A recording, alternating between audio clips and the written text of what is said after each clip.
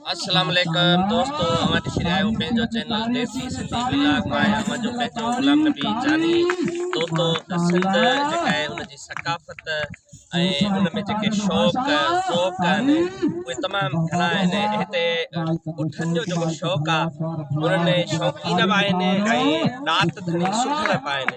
अॼु उन्हनि खां हिननि उठनि मुतालिक़ ऐं ससीअ जा बैत या कुझु वधीक ॿियो ॿुधंदासीं ऐं अवां जे नज़र कंदासीं।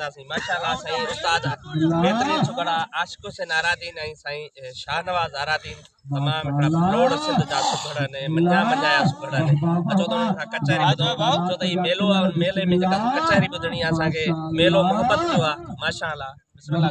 जीअं त अॼु हिते कोट लधऊ में असांजो दोस्त जानी उर्फ गुलाम नबी उर्फ जानी साहब पूरा है पंध खां दोस्त घुराए उनखे दावत ॾेई उठ सुवार शौक़ीन उन घुराया।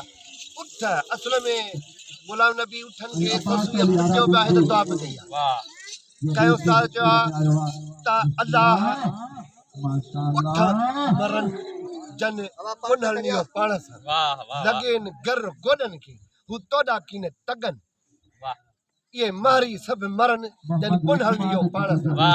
पर वरी ससी दुआ कई अल्लाह आर्य जाम जा ये उठ सब जियन लहन गर गोॾनि ता हू तोॾा सब तगन मारी सब मचन जन पुनहलियो पाण सां। माने पुनहल पिया थो उठ वेरी ओठार वेरी वेरी थिड़म ॾेर चौथों वेरी वाव थियो जंहिं लटा पुनूअ जा पेर पंजूं वेरी चंड थियो जेको खिड़ियो न वधीक वेर छहों वेरी छपर थियो जंहिं सवा कया न सेर सतों वेरी सिक थियो जेको जंहिं उॾाई कई अवेर पोइ त ॿाहिरि जी पेर ऐं छुनो कया छपर। ऐं हाणे असांजो दोस्त शाहनवाज़ आरादी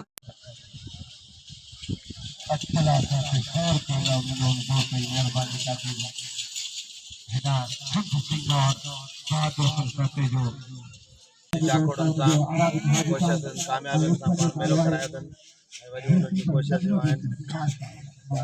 ईअं भिटाई सरकार चयो त साईं सदाईं करी सिंध में शिकार दोस्त मिठा दिलदार आलम सब आबाद करे।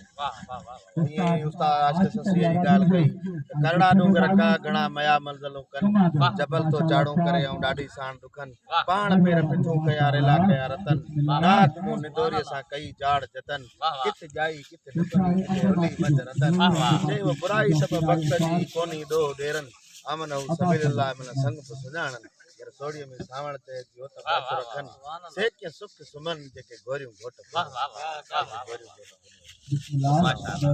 माशाअल्लाह ई बेहतरीन सुगड़नि खे अवां ॿुधो। उमेद तव्हां खे ही जेका सॼी महफ़िल आहे ही जेको मोहबत जो मेलो आहे उहो पसंदि आयो हूंदो। जेकॾहिं ही मोहबती मेलो पसंदि आयो आहे ऐं जेके महिरबानी मुंहिंजे चैनल खे पहिरियों दफ़ो ॾिसी रहिया आहिनि त सब्सक्राइब कनि, वॉच कनि, लाइक कनि, तव्हांजो एहसान।